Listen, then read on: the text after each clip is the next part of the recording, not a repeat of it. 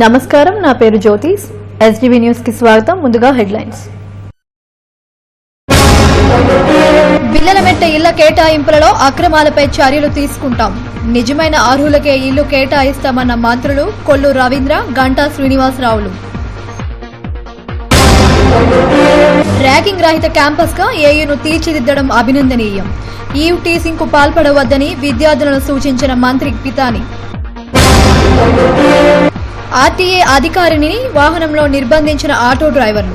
Diamond park దగ్గర ఉద్రిక్తత, పోలీసుల జోక్యంతో సద్దుమణిగిన వివాదం. జనావాసాల నడుమ మద్యం షాపులకు వ్యతిరేకంగా కొనసాగుతున్న ఉద్యమం. జ్ఞానాపురంలో వైన్ షాపును తరలించేందుకు కృషి చేస్తానన్న ఎమ్మెల్యే వాసుపల్లి. గాజువాక ప్రధాన మార్కెట్లో సమస్యల తిష్ట. అపారిశుద్ధ్యంతో కొనుగోలుదారులు ఇక్కట్లు, మార్కెట్ను తరలించాలంటూ విజ్ఞప్తి.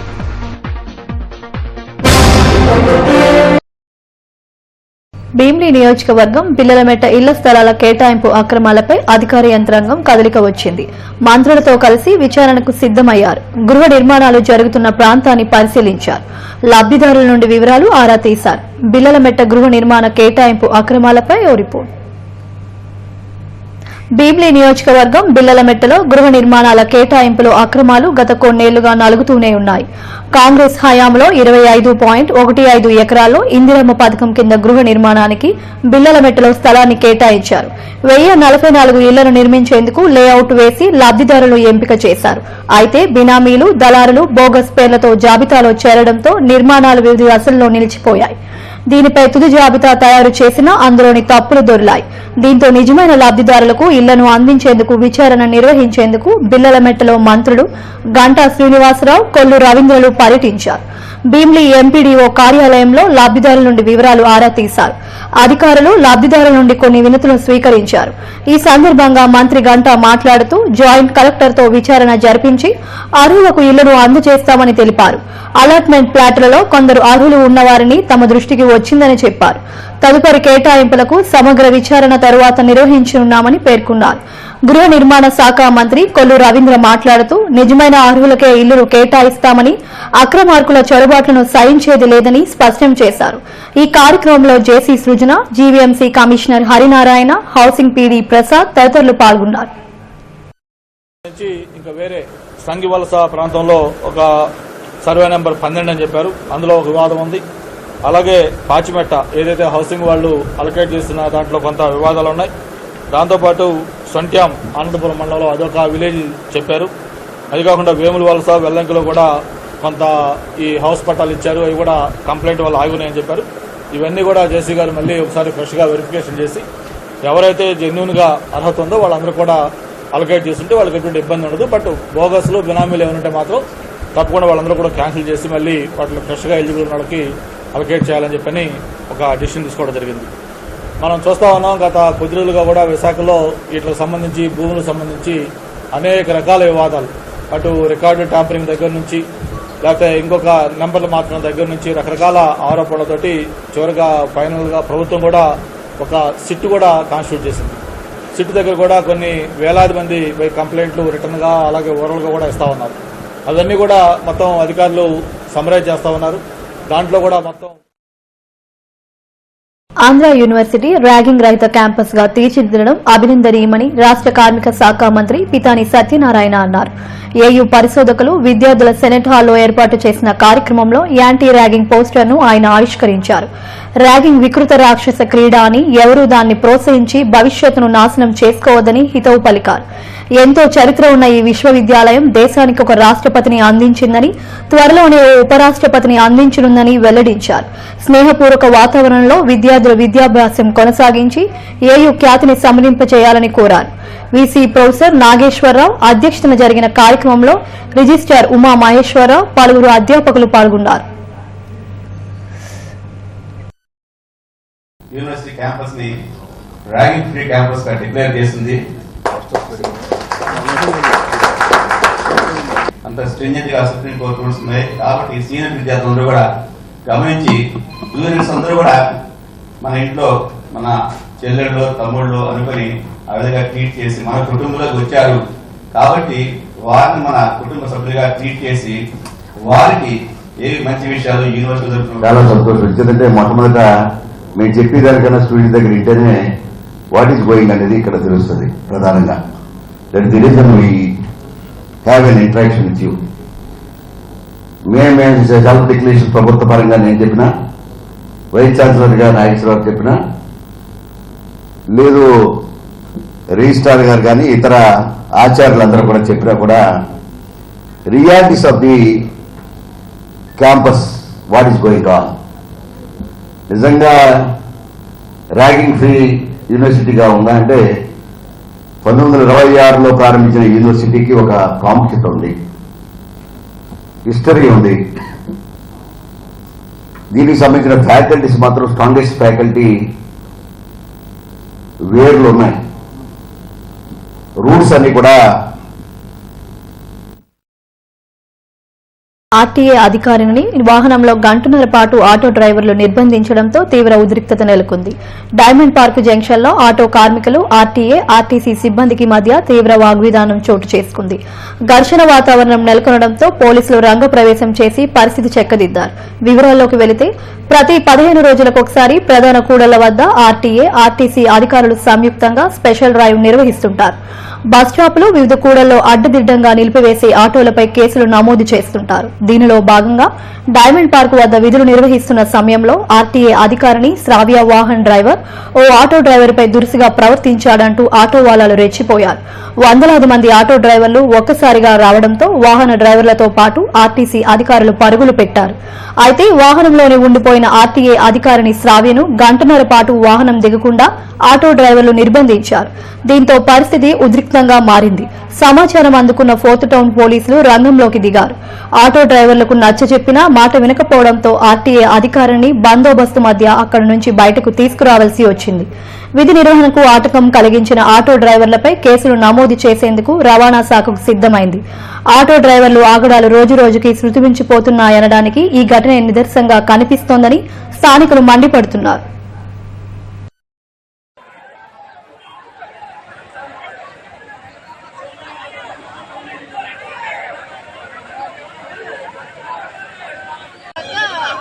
రాగానే ఈ ఆర్టీసీ డ్రైవర్ ఎవరైతే ఉన్నారో ఈ బండికి డ్రైవ్ చేసేవాళ్ళు అతను ఏమి చెప్పకుండా వెళ్ళిపోయామని కొట్టాడు అబ్బాయి.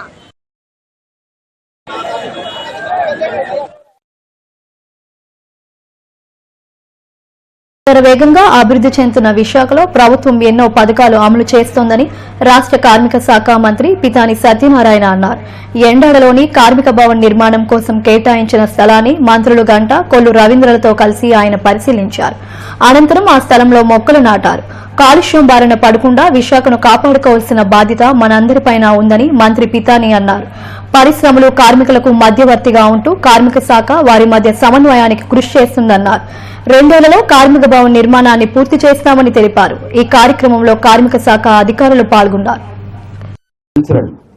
ఇంటర్నేషనల్ నేషనల్ కల్చర్ ఉన్న ఒక మహానగరం, అంతర్జాతీయంగా కూడా అనేక మంది ఇక్కడ నివసిస్తూ ఉన్నారు. అనేకరం కాలుష్యత నగరం కాకుండా ఒక గ్రీన్ సిటీగా, ఒక గార్డెన్ సిటీగా పెరగాలని ఒక ఆలోచనతోటి చేస్తున్న ప్రయత్నం డెఫినెట్ గా మొక్కలు నాటే కార్యక్రమం పెట్టాం. ఇక్కడ భీమిలిలో మరి జాబ్ మేళా నిర్వహించడానికి మరి పెద్దలు గంటా శ్రీనివాసరావు గారు నిర్ణయించుకోవడం, మరి ఈ కార్యక్రమంలో ప్రతి ఒక్కరు కూడా దాదాపు పెద్ద పెద్ద కంపెనీలన్నీ కూడా తీసుకొచ్చి ఈ జాబ్ మేళాలో పాల్గొనడం జరుగుతుంది. ప్రతి కాన్స్టిట్యున్సీలో కూడా 175 నియోజకవర్గాల్లో కూడా ఈరోజు జాబ్ మేళాలు నిర్వహించాలని లక్ష్యంగా పెట్టుకున్నాం. ప్రతి నియోజకవర్గం నుంచి 1000 మందిని సెలెక్ట్ చేసే విధంగా సంవత్సరానికి 4 సార్లు ఈ జాబ్ పంచరపాలెం మెట్ట ముత్యమాంబగూడెం సమీపంలో ఏర్పాటు చేసిన మోనార్క్స్ వైన్స్ ను వెంటనే తరలించాలని కోరుతూ పొట్టి శ్రీరాములు మెమోరియల్ అసోసియేషన్ ఆధ్వర్యంలో ఆందోళన కొనసాగుతున్నాయి.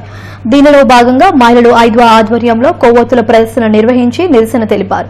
గుడి బడి జనావాసాల నడుమ షాపులకు లైసెన్సులు ఇస్తూ ప్రభుత్వం మద్యాన్ని ఏరులై పారేస్తుందని మాజీ కార్పొరేటర్ బొట్ట ఈశ్వరమ్మ ధ్వజమెత్తారు.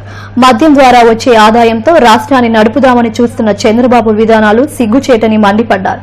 వెంటనే మద్యం షాపును ఇక్కడి నుంచి తరలించకపోతే పోరాటం ఉధృతం చేస్తామని హెచ్చరించారు. మద్యాన్ని ఏరులై పారిస్తా ఉంది. ఎక్కడ పడితే అక్కడ మద్యం విపరీతంగా దొరుకుతుంది.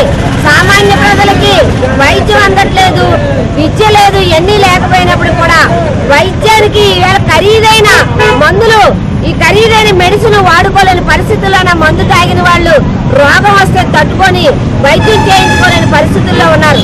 ఒక కుటుంబంలో పెద్ద చనిపోతే ఆ కుటుంబం చిన్నాభిన్నం అయిపోతుంది.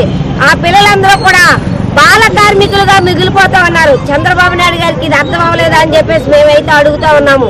15 లక్షల కోట్ల రూపాయలు రాష్ట్ర వ్యాప్తంగా మందు అమ్ముకుంటే ఆదాయం వస్తుంది. ఆ డబ్బులతోనే నేను రాష్ట్రాన్ని నడుపుతానని చెప్తున్నారు. సిగ్గు లేదు అసలు. నిజంగా ప్రభుత్వానికి నిజంగా చిత్తశుద్ధి ఉంటే ఎన్నికల్లోన నేను గెలిస్తే బెల్ట్ షాపులు రద్దు చేస్తానని చెప్పారు చంద్రబాబు నాయుడు గారు. ఇంతవరకు ఒక్క బెల్ట్ షాప్ అయినా తీశారా అని మేమైతే అడుగుతా ఉన్నాం. జీవీఎంసీ 44వ వార్డ్ జ్ఞానాపురంలో పద్మశ్రీ వైన్స్ ను తరలించాలని కోరుతూ స్థానికులు చేపట్టిన నిరసన 31వ రోజుకు చేరుకుంది. నిరసన శిబిరం వద్దకు స్థానిక ఎమ్మెల్యే వాసుపల్లి గణేష్ కుమార్ వచ్చి త్వరలోనే షాపును తరలిస్తామని హామీ ఇచ్చారు.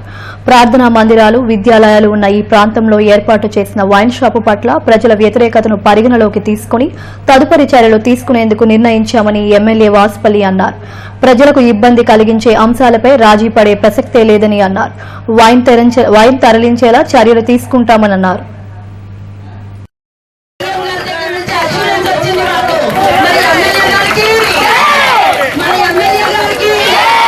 రోజు నుంచి మీరు చూస్తున్నారు, అన్ని రకాలుగా బెల్ట్ షాపుల మీద దాడి చేసి ఇప్పటికే చాలా కేసెస్ కూడా నమోదు చేయడం జరిగింది. అటువంటి మద్యం ఏ షాప్ నుంచి వెళ్తే ఆ షాప్ని కూడా లైసెన్స్ క్యాన్సిల్ చేయడానికి కూడా ఉత్తర్వులు కూడా జారీ చేయడం జరిగింది. ప్రజలకి ఇష్టం లేని ప్లేస్లని, ప్రజల ఉద్యమం వచ్చిన ప్లేసెస్లోని ఇమీడియట్గా లైసెన్స్ని కూడా క్యాన్సిల్ చేయడమా లేదా షిఫ్టింగ్ చేయడమా అనే దాని మీద కూడా వారు ఆర్డర్స్ ఇవ్వడం జరిగింది. మరి ఇది 31 రోజు నుంచి కూడా ఇక్కడేమో ధర్నా జరుగుతుంటే జ్ఞానాపురంలోని ముఖ్యంగా ఇక్కడ మహిళలందరూ కూడా ఇది స్వతహాగా వాళ్ళేమో ధర్నా చేస్తూ ఏదైతే ఇక్కడ ఈ ప్రాంగణం అంతా కూడా ఒక మిషనరీ ఏరియా, ఇది ఒక గాడ్ ప్రీచింగ్ ఏరియా. ఇది ఈ రిమోట్ ఏరియా మాదిరిగా నైట్ టైం ఏమో ఈ వైన్ షాప్స్ ఉండడం వల్ల కొన్ని లా అండ్ ఆర్డర్ సిచ్యుయేషన్స్ కూడా ప్రాబ్లమ్స్ ఎదురవుతున్నాయి. గతంలో కొన్ని 2-3 ఇన్సిడెంట్స్ కూడా జరిగాయి. వాళ్ళనేమో కొట్టడాలు, తర్వాత ఏమో కొన్ని చనిపోయిన కేసులు కూడా వచ్చాయి. ఇవన్నీ కూడా దృష్టిలో పెట్టుకొని మేము లెటర్ కూడా వీరు ఇచ్చిన కాపీని కూడా రాజువాకలోని ప్రధాన మార్కెట్లో సమస్యలు వలయంలా కొట్టుమిట్టాడుతుంది. ప్రతి ఎన్నికల హామీలకు ఈ మార్కెట్ రాజకీయ పార్టీలకు చక్కగా ఉపయోగపడుతుంది. సమస్యల పరిష్కారంలో మాత్రం ముందడుగు పడటం లేదు. ఇరుకైన రోడ్లలో మార్కెట్ చేయాలంటే కొనుగోలుదారులు తీవ్ర ఇబ్బందులు ఎదుర్కోవాల్సిందే. గాజువాక ప్రధాన మార్కెట్ దుస్థితిపై ఓ రిపోర్ట్. పారిశ్రామిక ప్రాంతంలో కంటి రోడ్డు మార్కెట్ పైనే ఈ ప్రాంత వాసులంతా ఆధారపడతారు. హోల్సేల్, రీటైల్ వర్తకులు తమ వ్యాపారాలు కొనసాగిస్తుంటారు. రోజు లక్షలాది రూపాయలు లావాదేవీలు జరిగే ఈ మార్కెట్లో కనీస సదుపాయాలు కరువవుతున్నాయి. ఓవైపు టోకు వర్తకులు, మరోవైపు సుదూర ప్రాంతాల నుండి వచ్చి వ్యాపారాలు చేసుకునే చిల్లర వర్తకులకు సదుపాయాలు కరువవటంతో తీవ్ర అసహనం వ్యక్తం చేస్తున్నారు. దీనికి తోడు ఇరుకైన రహదారుల్లో మార్కెట్ ఉండటంతో ట్రాఫిక్ నిత్యకృత్యమవుతుంది. అపారిశుద్ధ్యం విలయతాండవం చేస్తోంది. 1.25 లక్ష సమస్యల మధ్య వ్యాపారులు, కొనుగోలుదారులు తీవ్ర ఇక్కట్లు పడుతున్నారు. ఇక వర్షం పడితే మార్కెట్లో అడుగు తీసి అడుగేయలేని పరిస్థితి నెలకొంటోంది. ఓవైపు చేపల మార్కెట్, మరోవైపు కాయగూరలు అమ్మే వ్యాపారులు వ్యర్థాలన్నింటినీ రోడ్డుపై ఇష్టానుసారం పారేస్తుంటారు. మాంసాహారం విక్రయించే చోట మురుగునీరు పోయే మార్గం లేకపోవడంతో ఆ ప్రాంతం రోత పుట్టిస్తోంది. వర్షాకాలంలో చిత్తడిగా మారటంతో పాటు తీవ్ర దుర్గంధం వెదజల్లుతోంది. మార్కెట్లోకి వెళ్లాలంటేనే ముక్కుపూటలు అదిరిపోతున్నాయి. పరిస్థితి ఇంత దారుణంగా తయారవుతున్నా పట్టించుకోని నాదుడే లేడు. నూతన మార్కెట్ నిర్మాణానికి ప్రతిపాదనలు ఉన్నా వ్యాపారులు అంగీకరించకపోవడంతో సమస్య మళ్లీ మొదటికి వస్తుంది. ఈ మార్కెట్లో కొనుగోలు జరపాలంటేనే వినియోగదారులు బెంబలెత్తిపోయే పరిస్థితులు నెలకొన్నాయి. మార్కెట్ దుస్థితిపై పలుమార్లు వర్తక సంఘాలతో చర్చలు జరిపినా ఏకాభిప్రాయం కుదరలేదు. రహదారులు విస్తరించినా మార్పు రాలేదు. మార్కెట్ను వేరే ప్రాంతానికి తరలిస్తే తప్ప ప్రధాన మార్కెట్కు మంచి రోజులొచ్చే అవకాశం కనిపించడం లేదు. ఇటీవల ఎమ్మెల్యే పల్లా శ్రీనివాసరావు మార్కెట్లో పర్యటించి ఈ విషయాన్ని ప్రస్తావించినా వ్యాపారులు నోరు మెదపలేదు. చిల్లర వ్యాపారులను తరలించి మార్కెట్ అభివృద్ధికి కృషి చేయాలని హాకర్ష సంఘం అధ్యక్షుడు అప్పారావు అన్నారు. అన్ని సదుపాయాలతో కూడిన మార్కెట్ను ప్రజలకు అందుబాటులో ఉండేలా నిర్మిస్తే ఫలితం ఉంటుందని మరికొందరు అభిప్రాయపడుతున్నారు. రైతు బజార్ ఉంది, ఆ రైతు బజార్ని హిందుస్థాన్ జింక్లోకి ఆ గోడ పక్కనే అక్కడ ఎంక్వైరీ చేసి, అది గాజువాక సర్వే నెంబర్లో ఉంది కాబట్టి అది ఎంక్వైరీ చేసి అక్కడ ప్రతిపాదన పెట్టమని చెప్పేసి అదొక ఆప్షన్ వాళ్ళకి ఇవ్వడం జరిగింది. అలాగే రెండో ఆప్షన్ మన గాజువాకలో ఆకర్ష్ సంక్షేమ సంఘానికి ఈ కణితి రోడ్లో ఉన్న ఆకర్ష్ కానీ, అలాగే మెయిన్ రోడ్లో ఉన్న ఆకర్ష్ జోన్ తోపుడుపల్లి కానీ, ఇవన్నీ కూడా కొత్త గాజువాక మున్సిపల్ ఆఫీసు 100 అడుగుల రోడ్లో మున్సిపల్ ఆఫీస్ దగ్గర బ్యాక్ సైడ్ ఒక సైట్ సుమారు 1.5 సైట్ ఉన్నది. అక్కడ ఆ సర్వే నెంబర్ చూసి అది ఎంక్వైరీ చేయించి అది కూడా ప్రతిపాదన ఈ ఆకర్ష్ జోన్కి అక్కడ ఇవ్వాలని చెప్పేసి ఓ ప్రతిపాదన అక్కడ కూడా పెట్టడం జరిగింది. గాజువాక ప్రధాన మార్కెట్తో పాటు రైతు బజారును వేరే చోటుకు తరలిస్తే తప్ప సమస్యకు పరిష్కారం కనిపించడం లేదు. వర్తక సంఘాలను ఒప్పించి మార్కెట్ను తరలించాలని పలువురు కోరుతున్నారు. సూక్ష్మ చిన్న తరహా పరిశ్రమలపై ప్రభుత్వం చిన్నచూపు చూస్తుందని రాష్ట్ర పరిశ్రమల సమైక్య అధ్యక్షుడు బివి రామారావు అన్నారు. స్థానిక హోటల్లో సూక్ష్మ చిన్న మధ్యతరగతి పరిశ్రమలు ఎదుర్కొంటున్న సమస్యలు కర్తవ్యాలు అనే అంశంపై నిర్వహించిన సదస్సులో ఆయన మాట్లాడారు. ఔత్సాహిక పారిశ్రామికవేత్తలను ప్రోత్సహించేందుకు ముద్రా రుణాలను మంజూరు చేయాలని ప్రభుత్వాన్ని కోరారు. రాష్ట్ర వ్యాప్తంగా ఈ సదస్సులను నిర్వహిస్తున్నామని తెలిపారు. పరిశ్రమలు నిలదొక్కునేందుకు ప్రభుత్వం నూతన పారిశ్రామిక విధానంతో ముందుకు రావాలన్నారు. రాయితీలు ఇవ్వడంలో సర్కారు ఉదాసీనంగా వ్యవహరిస్తుందని, ఈ పరిస్థితిలో మార్పు వస్తేనే పారిశ్రామిక ప్రగతి సాధ్యమన్నారు. రుణాల మంజూరులో నిబంధనలు సరళీతరం చేయాలని కోరారు. ఈ కార్యక్రమంలో బివి రామ్, ఔత్సాహిక పారిశ్రామికవేత్తలు, పలు బ్యాంకు అధికారులు పాల్గొన్నారు. ఆగస్టు 9వ తారీఖున అది ఇక్కడ తిరుపతిలో చిత్తూరు, కడప, కర్నూలు, అనంతపురం ఈ 4 జిల్లాలతో తిరుపతిలో పెడుతున్నాం. అక్కడ కూడా బ్యాంకర్లు పిలుస్తున్నాం, గవర్నమెంట్ అధికారులు పిలుస్తున్నాం. పెట్టి ఎవరైతే నిరుద్యోగులు ఉన్నారో వాళ్ళందరినీ ముందుకు రమ్మని కోరుతున్నాను. వారు కోరేది ఒకటే, మీ గ్రామాల్లో కానీ మీ పట్టణాల్లో కానీ ఏ పరిశ్రమలు పెడతారు, ఏ వ్యాపారాలు పెడతారు. 10 లక్షలకు అయితే సూక్ష్మ వ్యాపారం, అదే 10 లక్షలు 5 కోట్లు అయితే చిన్న వ్యాపారం. అంచేత ఈ లోపు పెట్టే వాళ్ళకి మేము తప్పకుండా బ్యాంక్ నుంచి రుణాలు ఇప్పిస్తామని చెప్పి నేను వాగ్దానం చేస్తున్నాను. అంచేత ముందు రండి. ఈ 13 జిల్లాల్లో ఉన్న నిరుద్యోగులు ఉద్యోగాల కోసం ఎగబడకుండా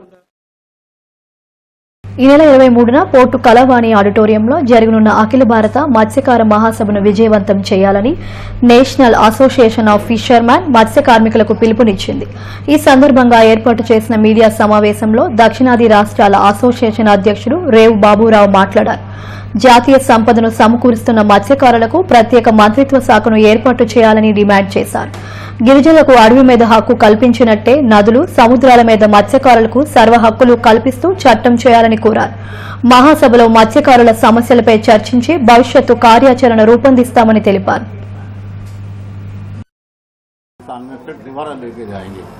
ముందు రోజు 22వ తారీఖుని నేషనల్ జాతీయ మత్స్యకారుల సంఘం ఎలక్షన్ జరుగుతుంది ఇక్కడ విశాఖపట్నంలో.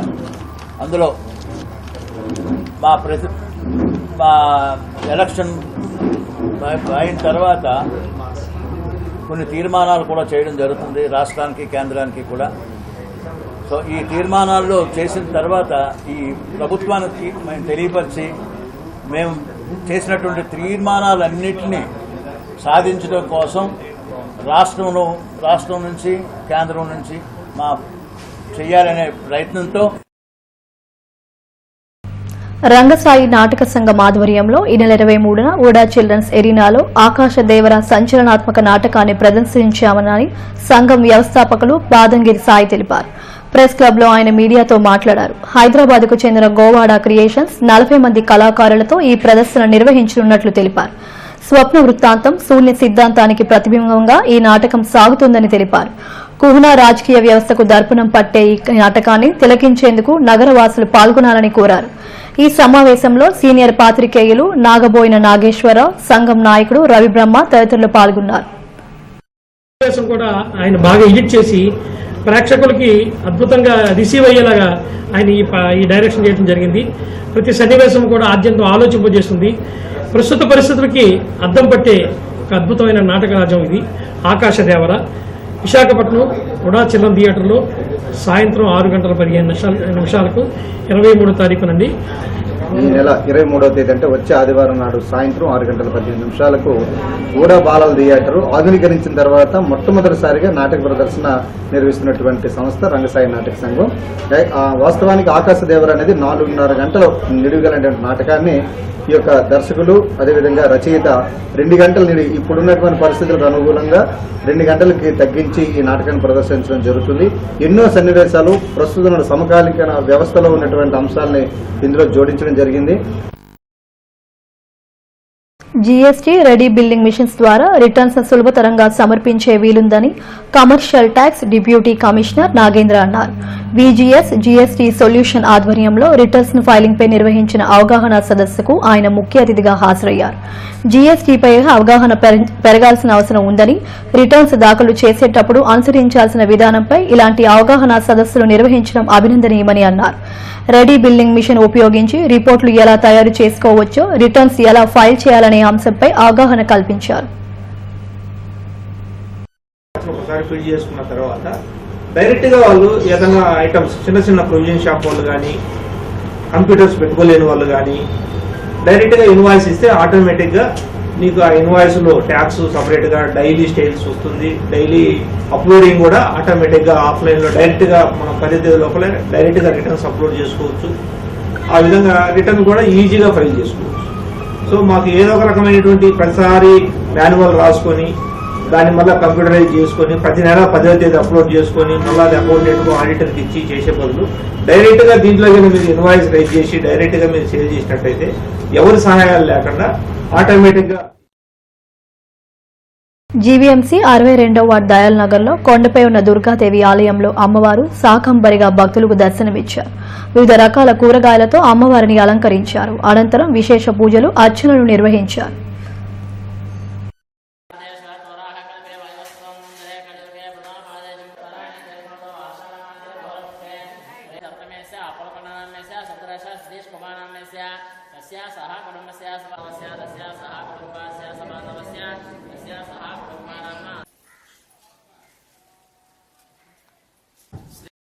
శ్రీ మహామాన్యత దేవత అఖిలాండ కోటి బ్రహ్మాండ నాయక అమ్మల కన్నమ్మ ముగ్గురమ్మల కన్న మూలపుటమ్మ అందరూ వెలవెల.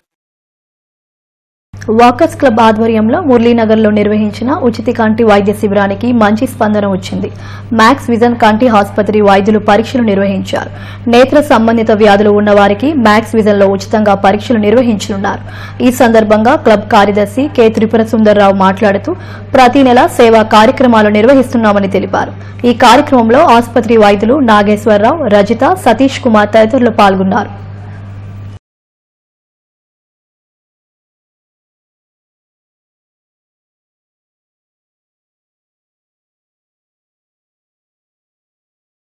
Visakha arts sense development society ఆధ్వర్యంలో బీచ్ రోడ్లోని కాళీమాత గుడి ప్రక్కన హస్తకళ ప్రదర్శన విక్రయం ప్రారంభమైంది. ఆల్ ఇండియా క్రాఫ్ట్ బజార్ 2017 పేరిట వచ్చే ఈ నెల 20వ తేదీ వరకు జరగనున్న ఎగ్జిబిషన్లో ఏర్పాటు చేసిన వివిధ రకాల హస్తకళలు, చేనేత ఉత్పత్తులు సందర్శకులకు ఆకట్టుకుంటున్నాయి.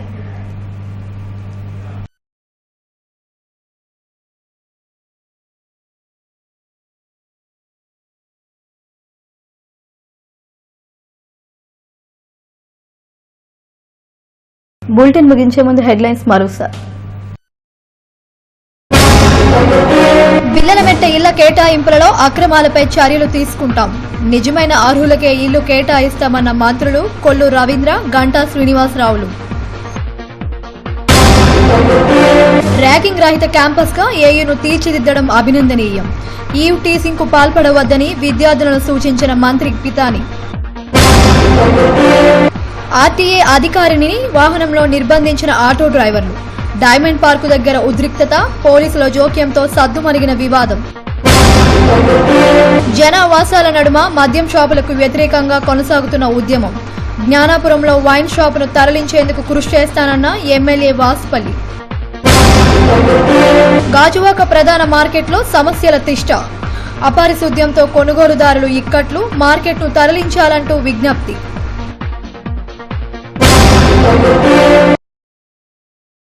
ఇప్పటివరకు ఉన్న అప్డేట్స్, మరిన్ని అప్డేట్స్ కోసం చూస్తున్నానండి ఎస్టీవీ న్యూస్.